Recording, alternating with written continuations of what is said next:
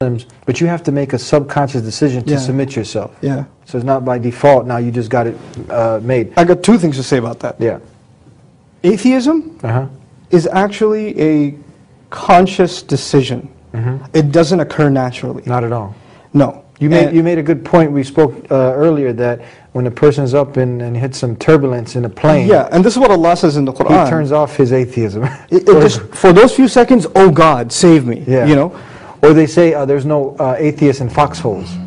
Yeah. Yeah. So, so now you have, so that's one thing about atheism. The other thing about atheism is it's actually not rooted, at least from all the atheist friends that I had, it's not rooted in something intellectual.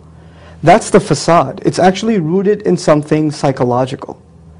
These people are either traumatized, or they had a really bad experience in life, or they've seen something that they were really emotionally disturbed by.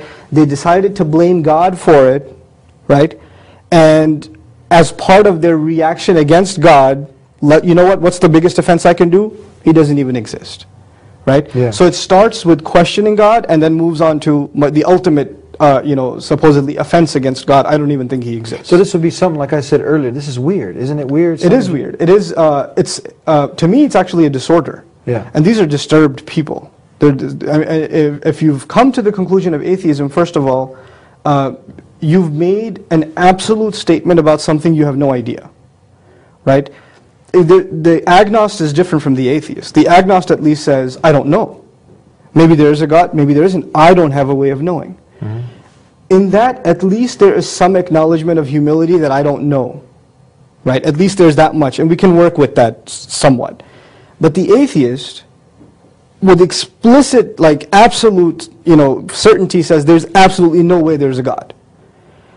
And he's absolutely denying something that he can't even see or judge. So basically then he's saying, he or she, if I can't see it, it doesn't exist, right? If I can't see it, it doesn't exist. This is the essence of their intellectual problem, right? They say that the only thing that can be judged is empirical evidence, meaning the five senses, science, this is what exists. That's it. But even then, who decided what the five senses are? Who decided that these are the only sources of knowledge, etc.? No answer. Where does love come from? Where does hate come from? Where does fear come? Emotions. Where does hope and aspiration come from? Oh, they're just chemicals in our body. So they want to reduce the human being even to just a sophisticated animal. And because they've done that, you'll find these different kinds of weird crimes in our society that you never found in history. Like the craziest kinds of things, sickest kinds of things people do when they have no sense of consequence. They have no purpose left in life. There's no one watching over them. There's no one they have to answer for. If they can get away with it, they'll get away with it. And that's the society in which you get these heinous crimes. Like, we're not even talking about murder and stealing and, these are your average Joe crimes. We're talking about just sick, disturbing, I don't understand why anybody would do this kind of thing, kinds of crimes.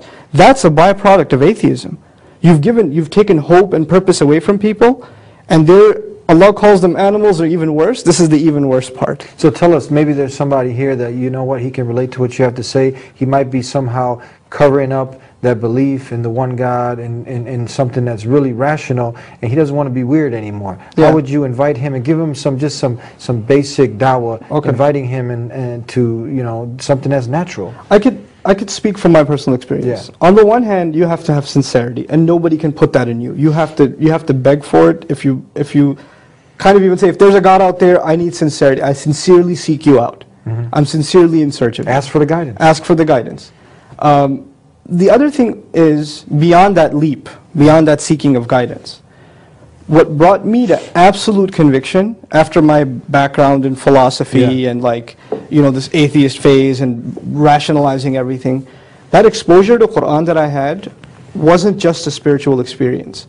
It was actually a very powerful intellectual experience for me. Like, every major argument I had against religion or God was answered without me having to ask the question. I was just listening to Quran carefully, and it was like there were a lot of knots in my mind, and it was just undoing them one after another. The Quran answered all the questions, all the doubts that you had. All the doubts that I had. I think that's one problem people have. They might be born in a family of atheists or some other religion, and they use their intellect and they see that this stuff don't make sense. It's weird. Yeah. and now they paint everything with the same brush. But is Islam true. is not that. Islam is